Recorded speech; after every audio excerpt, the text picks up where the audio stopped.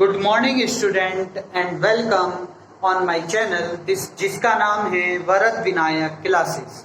और आज मैं आपके लिए लेकर आया हूँ introduction of pair of linear equation in two variable.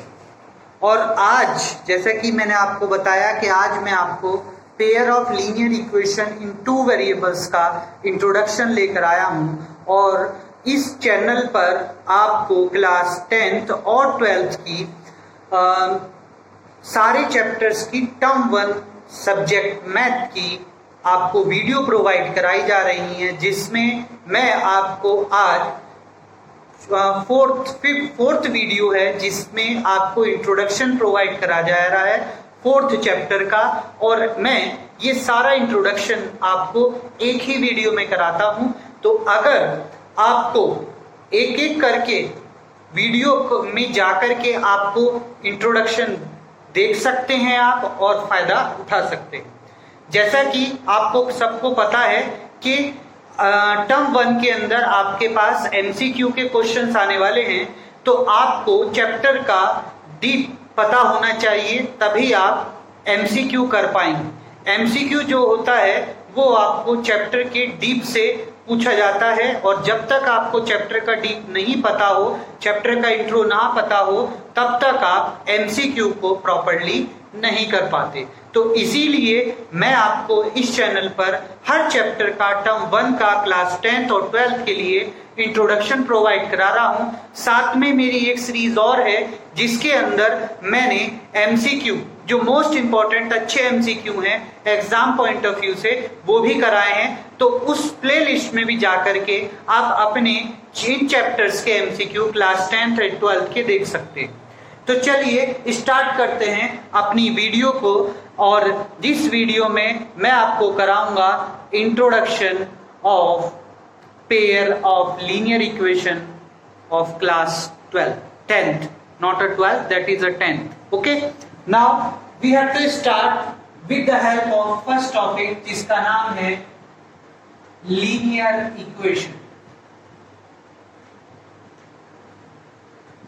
Linear equation, what is the meaning of this word linear equation? You very well know, everyone know that कि लीनियर इक्वेशन का मीनिंग क्या है।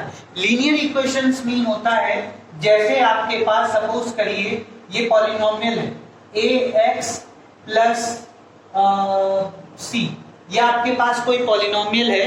तो ये आपको सबको पता है कि ax प्लस c आपके पास कोई पॉलिनोमियल है। तो इस पर अगर डिग्री हमारे पास 1 है तो ये जो है एक लीनियर पॉलिनोमियल की तरह वर्क करेगी, क्योंकि लीनियर पॉलिनोमियल का मीनिंग क्या होता है, degree 1। Degree 1 linear polynomial means degree 1। तो जब डिग्री 1 होगी आपके पास, तो इसका मतलब होगा कि वो आपके लिए क्या है, लीनियर पॉलिनोमियल। और उसके आगे अगर हम इक्वल टू, लीनियर पॉलिनोमियल के आगे अगर मैं इक्वल टू लगा करके कोई कांस्टेंट राइट कर दूं, तो वो बन जाती है लीनियर इक्वेशन।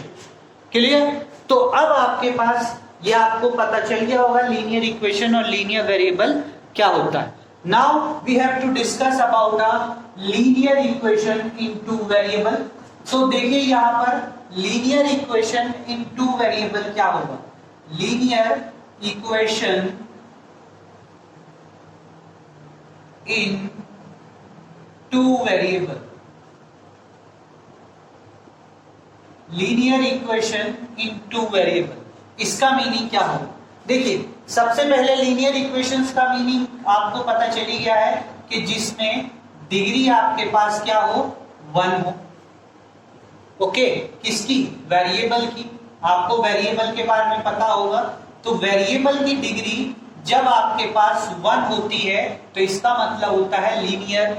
ओके, अब इसके बाद जो है आपके पास है two variable. Two variable means आप इसे ऐसा राइट कर सकते हैं कि जैसे हम एक वेरिएबल सपोज कर लें x और एक वेरिएबल सपोज कर लें y। तो जब हम x और y को लेते हैं, यहाँ पर दो वेरिएबल हैं x और y जो according to the condition variate कर रहे हैं, तो तो ये जो एक्स वाई होंगे ये आपके लिए दो वेरिएबल की तरह वर्क करेंगे, और अगर इनकी डिग्री 1 होगी तो ये लीनियर इक्वेशन इन 2 वेरिएबल हो जाएंगे। जस्ट लाइक आपके लिए एक एग्जांपल है, जैसे ax plus by plus c is equal to 0। अब आप देखेंगे यहाँ पर एक वेरिएबल ये है, एक वेरिएबल ये है, और पहले वेरिएबल पर भी डिग्री 1 है, दूसरे वेरिएबल पर भी डिग्री 1 है। तो इसका मतलब क्या है कि ये जो है पेयर लीनियर इक्वेशन इन 2 वेरिएबल, ये जो है लीनियर इक्वेशन इन 2 वेरिएबल। अब मैं आपको डिस्कस करेंगे pair of linear equation, pair of linear equation. What is the meaning of pair of linear equation?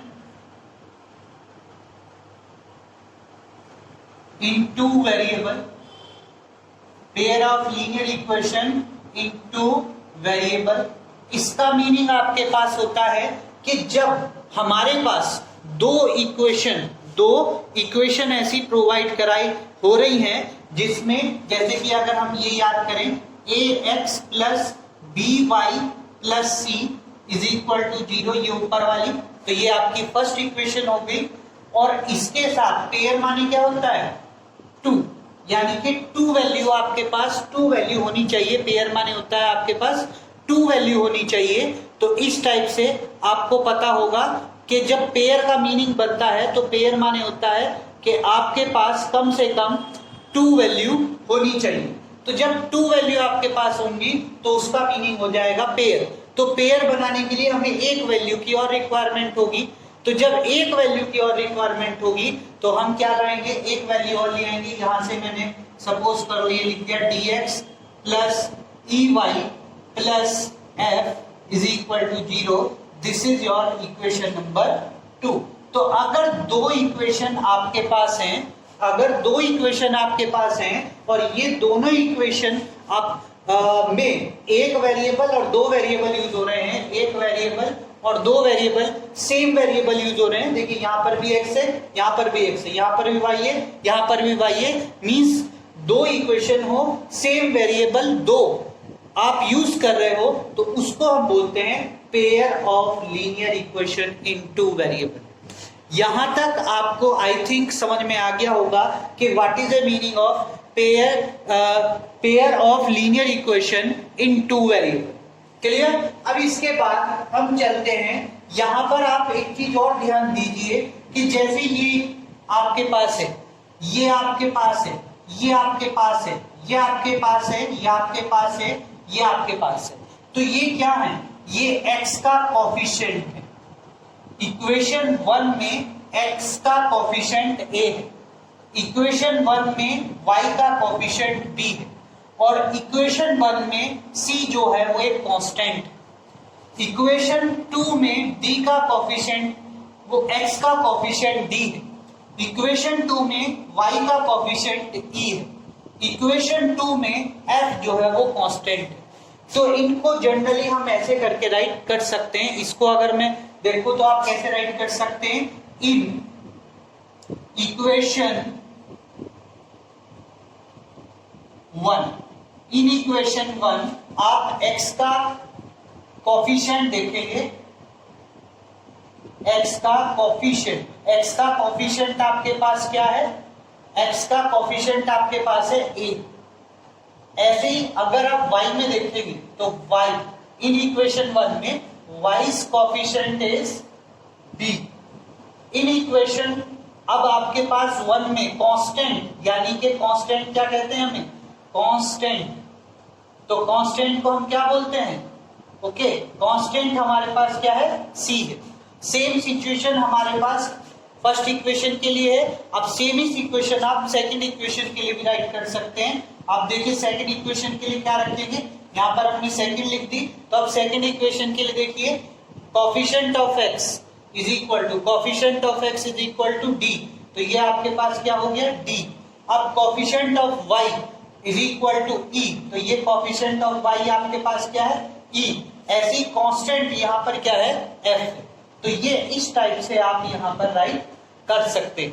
आपकी जो बुक्स होंगी उनके अंदर हम ये कोफिशिएंट यूज नहीं करते हैं, उनके लिए हम यूज करते हैं इस टाइप से, a1x plus b1y plus c1 is equal to 0, एक ऐसे करके इक्वेशन।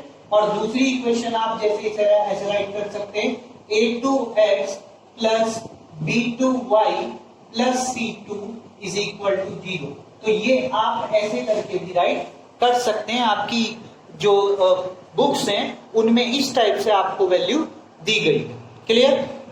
अब इसके बाद हम नेक्स्ट पे चलते हैं, जिसके अंदर हम पढ़ेंगे कि ये जो दो इक्वेशंस होती हैं, ये जो दो इक्वेशंस होती हैं ये कैसे हो सकती हैं, कैसी कैसी हो सकती हैं। जैसे नंबर 1 अगर हम देखें तो ये दो इक्वेशंस आपको पता भी होंगी कि ये जो दो इक्वेशंस है ये किस चीज की इक्वेशंस हैं, आपको पता है। अगर हम जनरली देखें तो ये वाली इक्वेशन और ये वाली इक्वेशन किस चीज की इक्वेशंस होती हैं, ये होती है लाइन की इक्वेशन।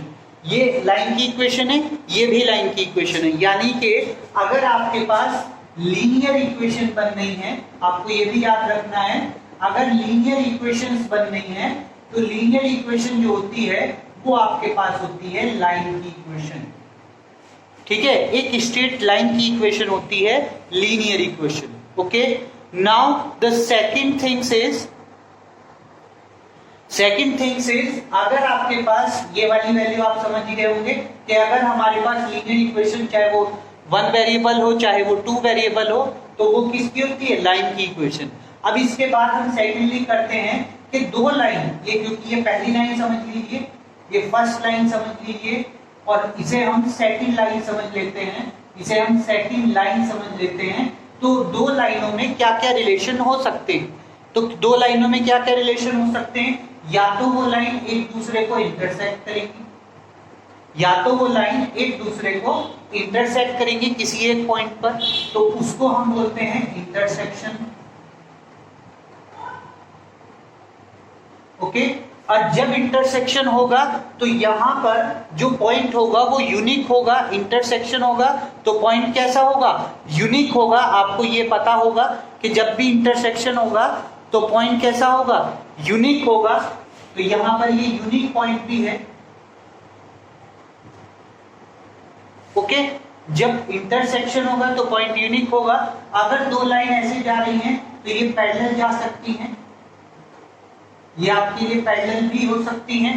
ओके, तो पैरेलल होंगी तो ये पैरेलल आ जाएगा, तो लाइनें पैरेलल हो सकती हैं। और जब पैरेलल होंगी तो ये कहीं इंटरसेक्ट करेंगी नहीं, तो इसका क्या हो जाएगा, मैनी सॉल्यूशन को नो सॉल्यूशन, मैनी नहीं नो सॉल्यूशन। जब इंटरसेक्ट ही नहीं करेंगी तो सॉल्यूशन पॉसिबल ही नहीं होगा इनका।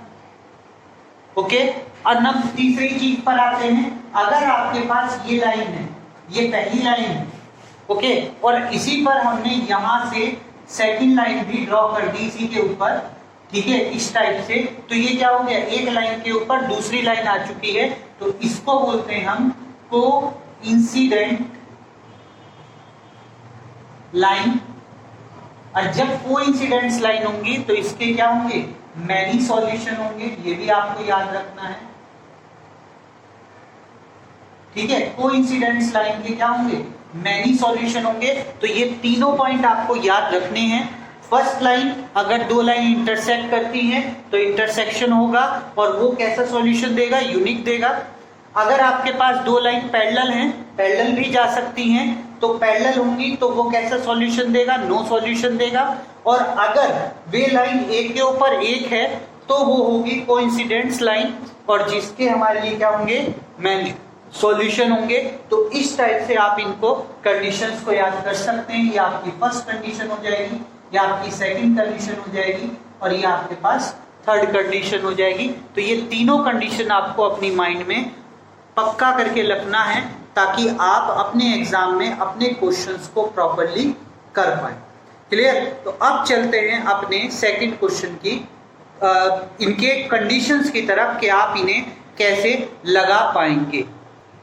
अब यहाँ से देखते हैं कि ये जो इंटरसेक्शन है या पैरेलल है या कोइंसिडेंस हैं, इनको हम इन दोनों लाइनों से कैसे आइडेंटिफाई कर सकते हैं। इंपॉर्टेंट है, क्वेश्चन एग्जाम में आपका इस टॉपिक से रिलेटेड क्वेश्चन जरूर आएगा और हर साल आता है।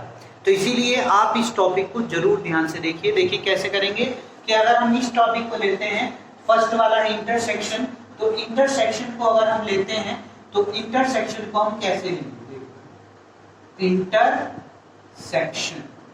तो इंटरसेक्शन के लिए आपके पास क्या होता है, A1 upon A2 not equal to B1 upon B2, means कि x का और इन दोनों इक्वेशंस में x का कोफिशिएंट और y का कोफिशिएंट का जो रेशो होगा, x के कोफिशिएंट का और y के कोफिशिएंट का जो रेशो होगा, अगर वो अनइक्वल हो, मतलब इक्वल ना हो, तो वो लाइन इंटरसेक्शन लाइन कहलाती है।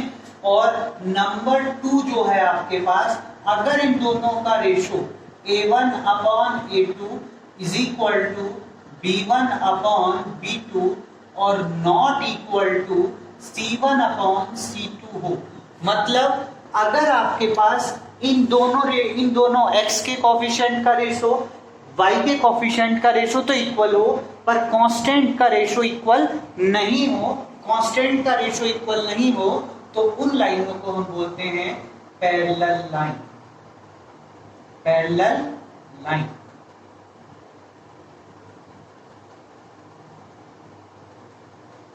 ओके, इन्हें हम बोलते हैं पैरेलल लाइंस। क्लियर। अब इसके बाद हमारे पास तीसरा और लास्ट पॉइंट है कि हम कोइंसिडेंस लाइन किन्हें बोल सकते हैं, कोइंसिडेंस लाइन आप किसको बोल सकते हैं, यानी कि इसके लिए क्या सिचुएशन होगी, तो इसके लिए आपके पास होगी A1 upon A2 equal to B1 upon B2 equal to C1 upon C2। ये चीज होगी कोइंसिडेंस लाइन के लिए, यानी कि अगर तीनों का रेशो इक्वल हो तो वो हमारे लिए होता है कोइंसिडेंस लाइन। ये पॉइंट आपको जरूर याद रखने। अब इसके बाद आपको ये चीज याद रखनी है कि कोइंसिडेंस कैसी होती है, वो होती है कॉन्सिस्टेंट लाइंस। ओके, ये कैसी लाइंस होती हैं, कॉन्सिस्टेंट लाइन होती है, यानी कि वो लाइंस जो एक दूसरे को इंटरसेक्ट करती हैं, तो वो होती हैं आपके पास कोइंसिडेंट लाइन। और इसके बाद दूसरी होती है जिसमें मैनी सॉल्यूशन हो, यानी कि इसमें ये जो चीज है ये मैनी सॉल्यूशन वाली होती है, तो इसको भी हम कॉन्सिस्टेंट लाइन बोल सकते हैं।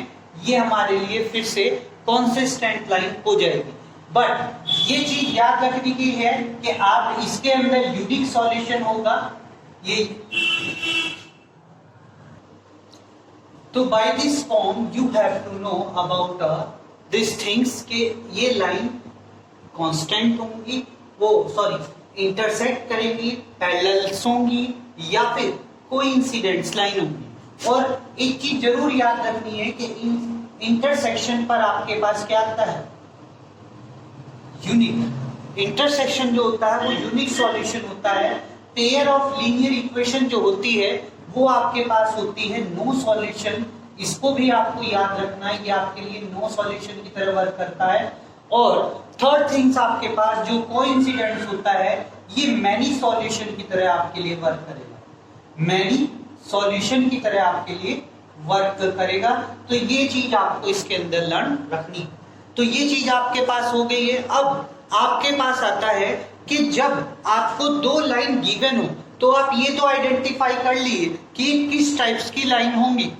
अगर आपने आइडेंटिफाई करा कि ये जो है इंटरसेक्शन करेगी, यानी कि इंटरसेक्ट होगी और एक ही सॉल्यूशन प्रोवाइड कराएगी, तो हम वो सॉल्यूशन कैसे फाइंड करेंगे, तो उसके लिए देखिए, उसके लिए अलग से आपके पास मेथड्स होते हैं। नंबर 1 आपके पास होता है ग्राफिकल मेथड। ग्राफिकल मेथड, अब आप ग्राफिकल मेथड को कैसे जस्टिफाई करेंगे कि आप जानते हैं कि ये एक्स एक्सिस है आपके पास, कि ये आपके पास क्या है, एक्स एक्सिस है, ये आपके पास क्या है, वाई एक्सिस है, और ये आपके लिए क्या है, ओरिजिन ओ है। अब मैंने आपसे कहा कि आपके पास कोई लाइन है 5x + 2y + 3 = 0। ये लाइन आपके पास है, ओके, फॉर एन एग्जाम्पल आप ये लाइन अपने पास रख लीजिए। तो जब मैं इसको ड्रॉ करूंगा तो ये लाइन आई थिंक भी ऐसे करके जाएगी, ओके। तो लाइन ये जो है एक लीनियर इक्वेशन है, ये एक लीनियर इक्वेशन है, और लीनियर इक्वेशन के लिए क्या होता है, एक लाइन ड्रॉ होती है। लीनियर इक्वेशन के लिए एक लाइन ड्रॉ करी जाती है, तो यानी कि जो लाइन है वो ऐसे जाएगी। अगर मैं दूसरी कोई लाइन लूं, सपोज करो वो लाइन मैंने x plus 2y plus 4 is equal to 0 ले लिया, जस्ट सपोज दैट, और इसको मैंने ड्रॉ किया तो ये इस टाइप से गई। तो ये जो लाइन है ये पहली वाली लाइन, तो ये इसकी आप कोई भी लाइन समझ सकते हैं, कोई सी भी इक्वेशन, ये पहली वाली लाइन की इक्वेशन हो गई। ये दूसरे वाली लाइन के लिए हम इक्वेशन समझ ले रहे हैं। तो जब पहली वाली लाइन और दूसरी वाली लाइन एक ही जगह तो एक दूसरे को इंटरसेक्ट करे, तो इस पॉइंट को हम बोलते हैं इंटरसेक्शन पॉइंट। Intersection point. और ये क्या कहलाता है, ये आपके पास जो पॉइंट आएगा वो कैसे आएगा, एक तो ये वाली x वैल्यू से और एक ये वाली y वैल्यू से। ये वाली x वैल्यू और ये वाली ऊपर के लिए हमारी y वैल्यू से हमारा ये डेवलप होगा। तो यानी कि इस पॉइंट के जो कोऑर्डिनेट हो जाएंगे वो हमारे पास x, y हो जाएंगे, ओके। अगर मैं इसको x समझ लेता हूं और इसको ऊपर वाले को y वैल्यू समझ लेता हूं तो ये x, y हो जाएंगे। यानी कि इन दोनों के लिए हमारे पास ये पॉइंट होगा जिसको हम इंटरसेक्शन पॉइंट बोलेंगे। और इस टाइप से आप जस्टिफाई कर सकते हैं कि इन दोनों को अगर हम सॉल्व करेंगे तो हमारे पास x की वैल्यू आएगी और y की वैल्यू आएगी, ओके। जब हम इन दोनों को इक्वेशंस को सॉल्व करेंगे तो हमारे पास x और y की वैल्यू आएगी। ये ग्राफिकली हम सॉल्व कर सकते हैं, यानी कि इसका ग्राफ बना लीजिए, इसका ग्राफ बना लीजिए, दोनों को देखिए वो कहां पर काट रहे हैं, तो आपके पास वैल्यू आ जाएगी x और y की, वो उसका सॉल्यूशन हो जाएगा। एक तो ये वे है, ये केवल इंटरसेक्शन के लिए है।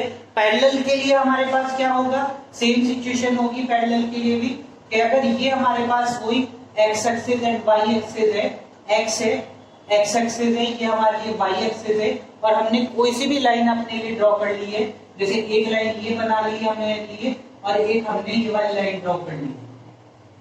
तो जब ये दो लाइन हो गई हैं तो इन दोनों लाइन को, ये पहली लाइन समझ लीजिए फर्स्ट लाइन, और इसको हमने सेकंड लाइन समझ लिया। तो ये दोनों लाइन एक दूसरे से इक्वल डिस्टेंस पर है, तो ये दोनों कैसी होंगी, ये इक्वल डिस्टेंस ही तो है, ये वाली और ये वाली डिस्टेंस जो है हमारे लिए कैसी है, इक्वल है। तो इस चीज को हम क्या बोलेंगे, पैरेलल लाइंस। तो ये पैरेलल लाइंस होंगी। अगर हम कोइंसिडेंस लाइन बना रहे हैं तो कोइंसिडेंस लाइन बनाने के लिए आपके पास क्या होना चाहिए, कोइंसिडेंस के लिए जैसे अगर आपके पास ये है और ये है, ओके। अब आपके पास कोइंसिडेंस लाइन हमें बनानी है, तो कोइंसिडेंस कैसे बनेगी, जैसे ये लाइन जा रही है और इसी के ऊपर यहाँ से एक और लाइन हमने ड्रॉ कर दी, तो ये दोनों कोइंसिडेंस लाइन होगी। तो बाय द ग्राफ हम इसे सॉल्व करके देख सकते हैं। अब यहाँ पर देख रहे हैं कि ये एक दूसरे के ऊपर है, तो इनफाइनाइट सॉल्यूशन होंगे। इसमें ये कहीं कट ही नहीं रही है, तो इसमें कोई सॉल्यूशन होगा ही नहीं, तो ये नो सॉल्यूशन होगी। ये कैसा हो गया, नो सॉल्यूशन। इसमें ये एक पॉइंट पर कट रहा है, तो ये हो गया आपके लिए यूनिक सॉल्यूशन। और इसमें आप देख ही रहे हैं कि बहुत जगह कट रहा है, एक दूसरे को बहुत जगह काटता हुआ जा रहा है लाइन को, एक दूसरे, ये दोनों लाइन एक दूसरे को काफी जगह क्रॉस कर रही हैं, तो ये हो जाएगा आपके पास मैनी सॉल्यूशन। तो इस टाइप से आप अपनी ग्राफिकली मेथड से अपनी दो इक्वेशंस की वैल्यू को, दोनों इक्वेशंस में x और y की वैल्यू को फाइंड कर सकते हैं। आप यहां तक तो समझ गए होंगे। इसके बाद चलते हैं हमारे पास जो हमारा बेसिक मेथड है, जिसको हम बोलते हैं एलिमिनेशन मेथड या सब्स्टिट्यूशन मेथड। तो वो देखिए अब देखिए अलजेब्रिक मेथड। अलजेब्रिक मेथड, अब तक आपने जो देखा है वो है ग्राफिकल मेथड, ये आपका बी पार्ट है जिसको हम अलजेब्रिक मेथड बोलते हैं। और अलजेब्रिक मेथड में आपके तीन मेथड आते हैं। नंबर 1 आपके पास आता है substitution method, substitution method, okay, substitution method. और नंबर 2 आपके पास होता है एलिमिनेशन मेथड,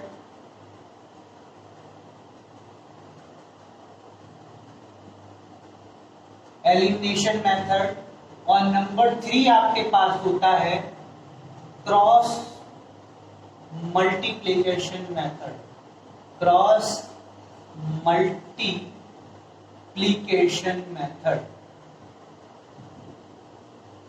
ये 3 मेथड आपके पास हमारे इस सिलेबस में है, जिसमें से ये वाला जो क्रॉस मल्टीप्लिकेशन वो आपका कट चुका है, पर फिर भी आप इसे कर सकते हैं। देखिए इसमें क्या है, सब्स्टिट्यूशन मेथड।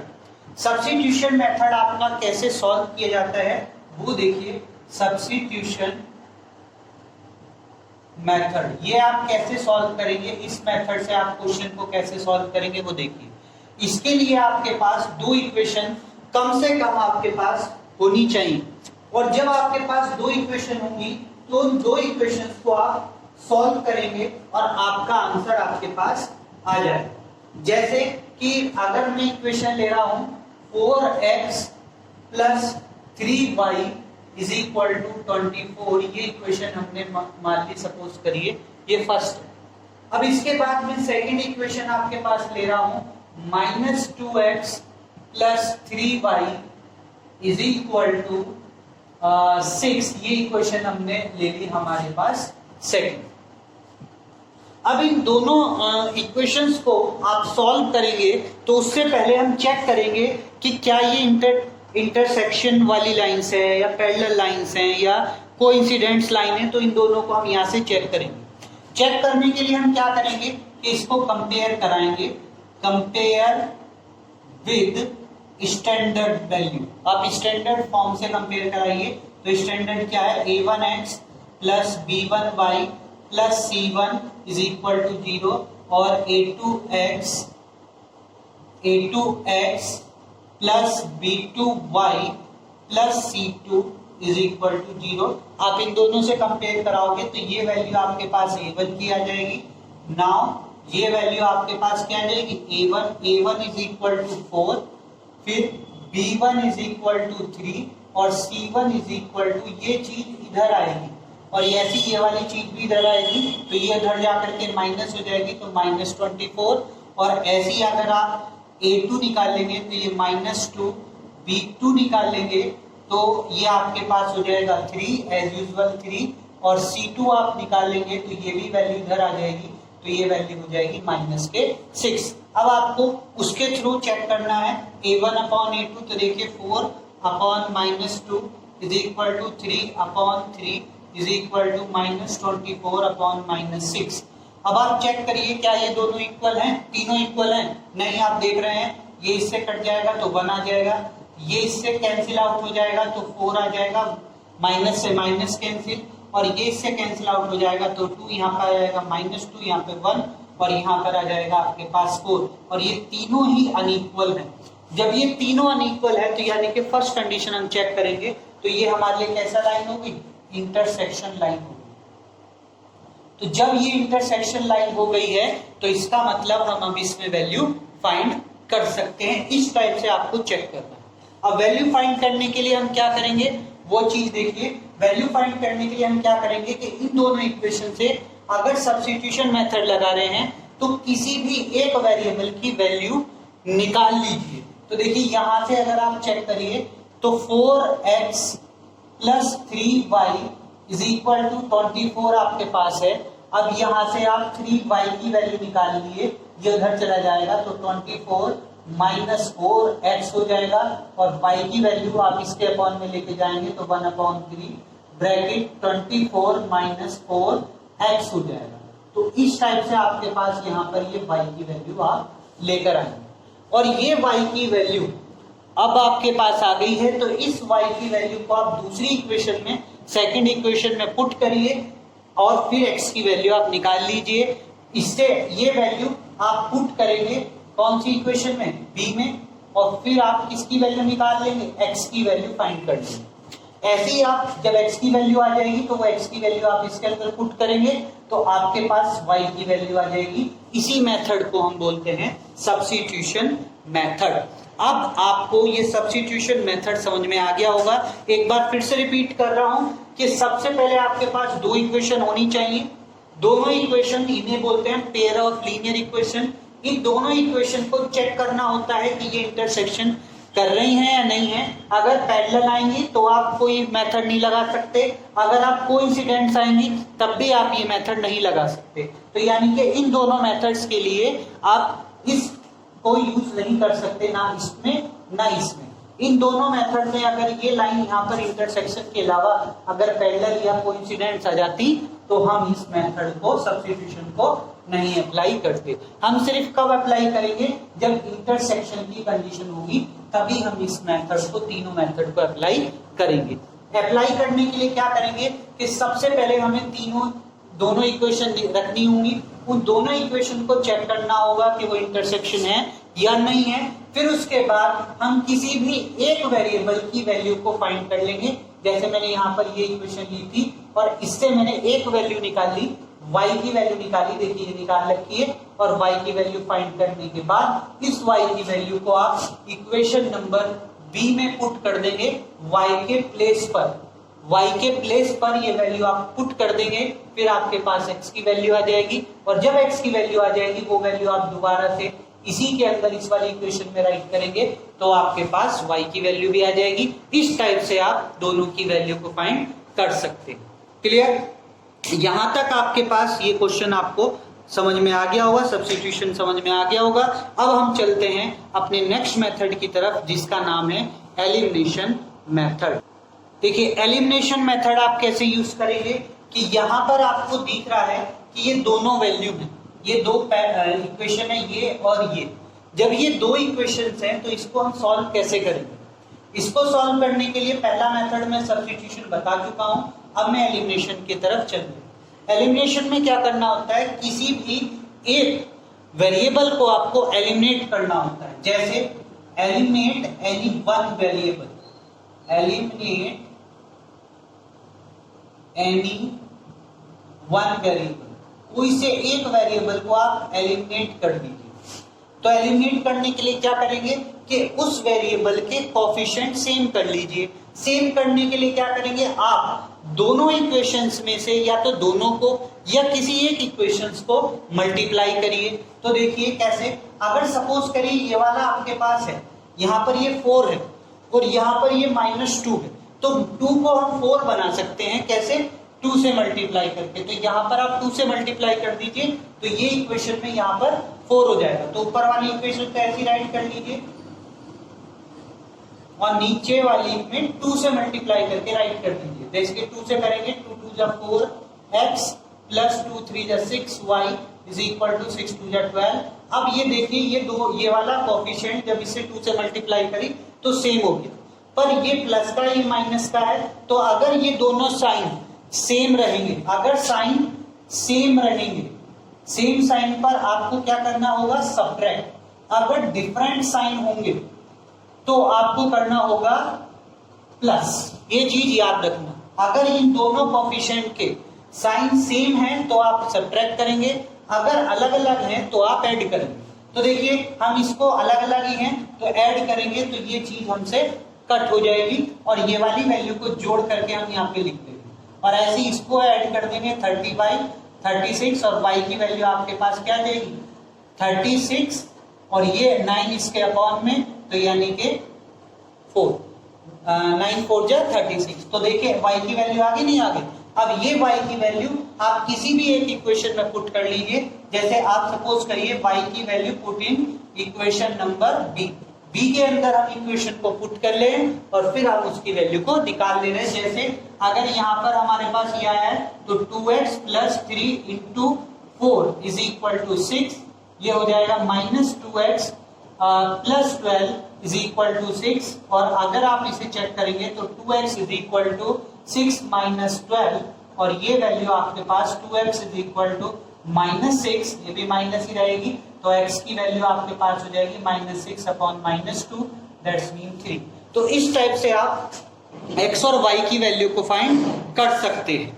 ओके, तो ये होता है आपका एलिमिनेशन मेथड। तो एलिमिनेशन मेथड के थ्रू आप अपनी वैल्यू को फाइंड कर सकते हैं। अब आप चलते हैं अपने नेक्स्ट मेथड की तरफ, जिसका नाम है क्रॉस मल्टीप्लिकेशन मेथड।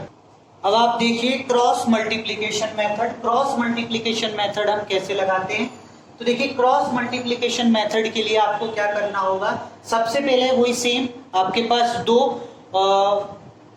वेरिएबल्स वाली दो पेयर यानी कि दो पेयर की लीनियर इक्वेशन होनी चाहिए। सेकंड थिंग्स आपको चेक करना होगा कि वो इंटरसेक्शन करें। ये चीज में वो हम ये नहीं लगाते हैं, ना ये मेथड लगाते हैं, ना ये लगाते हैं, ना ही ये लगाते हैं। जब आपका इंटरसेक्ट करेंगी लाइनें तभी हम ये तीनों मेथड यूज करेंगे, अदरवाइज नहीं करेंगे। अब देखिए यहाँ पर लगाने के लिए क्रॉस मल्टीप्लिकेशन के लिए कैसे करेंगे, देखिए आपको इसके लिए सबसे अच्छी ट्रिक मैं बता रहा हूं, वो ट्रिक आपको लगानी है। जैसे आप क्या है, यहाँ पर x वेरिएबल है, y वेरिएबल है और एक कांस्टेंट है। तो सबसे पहले इसको आप इधर लेकर आइए, इनको आप उठा करके इधर लेकर आइए। तो देखिए कैसे लेकर आएंगे, ये जब इधर जाएगा तो ये क्या हो जाएगा, माइनस का इक्वल टू 0।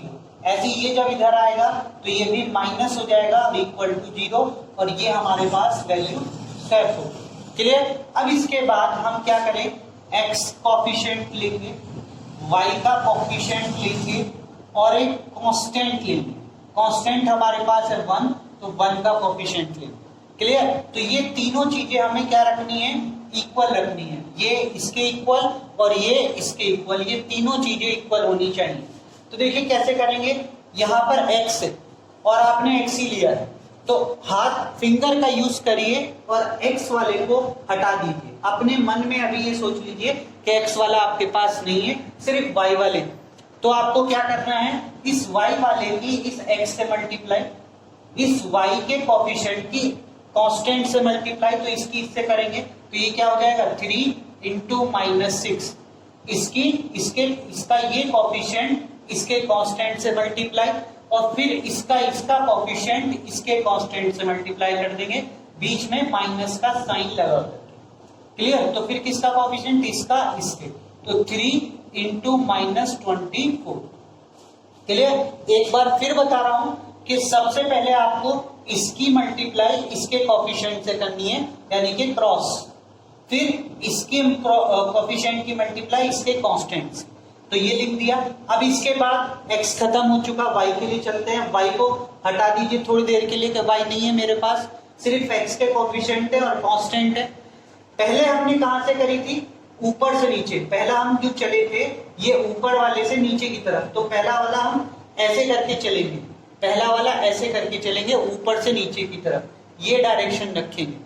दूसरे वाले में हम डायरेक्शन सबसे पहले रखेंगे नीचे से ऊपर, यानी कि अगर हम इस y को हटा ले रहे हैं तो आपके क्या करना होगा, इस x के नीचे वाले से ऊपर वाले के कोफिशिएंट की इसके कोफिशिएंट की इसके कोफिशिएंट से मल्टीप्लाई, यानी कि -2 की इससे 24 से, फिर माइनस, बीच में माइनस ही लगेगा, y हमने हटा ही रखा है। अब इसके x की कोफिशिएंट की फिर माइनस के 6 से, यानी कि ये वाले कोफिशिएंट इंटू ये, तो देखिए ये क्या हो जाएगा 4 इंटू -6। ये समझ में आ गया। अब इसके बाद आप कांस्टेंट पे जा रहे हैं, तो कांस्टेंट के लिए आप कांस्टेंट को ही हटा दीजिए, सिर्फ x और y के कोफिशिएंट में रिलेशन बनाइए। तो देखिए कैसे करेंगे, 4 की 3 से क्रॉस मल्टीप्लिकेशन, पहले ये गए थे फिर ये गए थे, अब के फिर नीचे आ जाएंगे। तो देखिए इसकी इससे ऊपर से नीचे की तरफ, तो 4 इंटू 3 और -2 इंटू ये, तो यानी कि जो इसके आगे कोफिशिएंट है चाहे किसी भी साइन का है वही राइट करिए, -2 इंटू 3। तो इस टाइप से आप इसको क्रॉस मल्टीप्लिकेशन को सॉल्व कर सकते हैं। फिर उसके बाद आप क्या करेंगे, ये चीज को सॉल्व कर लीजिए। अब तो आपके पास इजी हो जाएगा, ये हो जाएगा -18, ये हो जाएगा प्लस के 4 3 12 कैरी 1 2 3 4 8 और 1 9। ओके, तो ये हो जाएगा 3 2 6 1 7, not a 9, that is a 7। 3 4 12 carry 1 3 2 6 1 7 minus minus plus is equal to y upon, ये वैल्यू माइनस माइनस प्लस 48 हो जाएगी, ये वैल्यू आपके पास माइनस माइनस प्लस, तो ये हो जाएगा आपके पास 24। और सेम सिचुएशन इसके लिए रखेंगे, इक्वल टू में यहाँ लगा दे रहा हूं मैं इसे, तो इसकी वैल्यू आपके पास हो जाएगी 1/12 और प्लस माइनस माइनस प्लस 3 2 6। अब इसे सॉल्व कर लीजिए, ये हो जाएगा x अपॉन, इसको इसमें से सब्ट्रैक्ट कराएंगे 72 में से 18 को, तो देखिए यहाँ से 4 और फिर यहाँ पर 6 हुआ, 6 में से 1 गया तो 5। अब ऐसे ही इसको ऐड करेंगे तो ये हो जाएगा y अपॉन 12 और 6 7 और इसकी वैल्यू हो जाएगी 1 अपॉन 18। ओके, ये चीज वैल्यू अब आप निकाल लिए तो ये कोफिशिएंट, ये फर्स्ट इक्वेशन, ये सेकंड रखिए और इसे थर्ड को रखिए और पहले इसको इसके साथ रखिए, फिर इस वाले को इसके साथ रखिए, यानी कि पहले फर्स्ट को थर्ड के साथ, पहले फर्स्ट को थर्ड के साथ, फिर सेकंड को थर्ड के साथ रखिए। तो देखिए कैसे रखेंगे, x upon 54 is equal to 1 upon 18, ये ऊपर चला जाएगा तो x is equal to 54 upon 18, तो ये आपके पास ये 54, तो ये 3 टाइम हो जाएगा, x की वैल्यू 3 आ गई। देखिए पहले जो वैल्यू आई थी वही आ गई है। अब इसकी वैल्यू को इसके इक्वल रख दीजिए तो y upon 72, y upon 72 is equal to 1 upon 18, ये उधर चला जाएगा तो y की वैल्यू यहाँ पे क्या आ जाएगी 72 अपॉन 18, तो 18 4 जा 72, तो x की y की वैल्यू आपके पास क्या आ गई 4 आ गई। तो इस टाइप से आप अपने क्वेश्चंस को क्रॉस मल्टीप्लिकेशन से भी सॉल्व कर सकते हैं। अब आपको ये सारे क्वेश्चंस की मैं ट्रिक बता चुका हूं, इससे ज्यादा इस सारे क्वेश्चंस में कुछ नहीं है। आप इस टाइप से अपने मेथड्स को यूज करके प्रॉब्लम को सॉल्व कर सकते हैं। आज मैं आपको 4 चैप्टर्स कंप्लीट करा चुका हूं, उनका इंट्रोडक्शन कंप्लीट हो चुका है और अगर अब भी आपको कोई डाउट है इन 4 चैप्टर्स में तो आप उसमें कमेंट में डाल करके मुझे बता सकते हैं, मैं आपकी प्रॉब्लम का सॉल्यूशन जरूर करूंगा। और साथ में आपसे एक्सपेक्टेशन मेरी ये रहेगी कि आप मेरे चैनल को सब्सक्राइब करिए और शेयर करिए ज़्यादा से ज़्यादा, ताकि सभी स्टूडेंट्स को जिन्हें नीड है वो इस वीडियो को देख करके अपने कंसेप्ट को क्लियर कर सकें और उनका एग्जाम बेटर हो। और सभी से एक और चीज है कि मैंने डिस्क्रिप्शन में आपको लिंक प्रोवाइड करा रखा है टेलीग्राम चैनल का, जिस पर आप ज्वाइन हो सकते हैं और जब ज्वाइन हो जाएंगे तो मैं उस चैनल पर आपको इम्पोर्टेंट क्वेश्चंस का फोटो खींच करके या वैसे आपको देता रहता हूं, तो वो भी आप उसका भी बेनिफिट उठा सकते हैं अगर आप टेलीग्राम चैनल पर ज्वाइन होंगे। और अगर आपको वीडियो पसंद आई है तो प्लीज लाइक, शेयर और सब्सक्राइब करना ना भूलें और इस चैनल को सपोर्ट करें। Thank you for watching this video.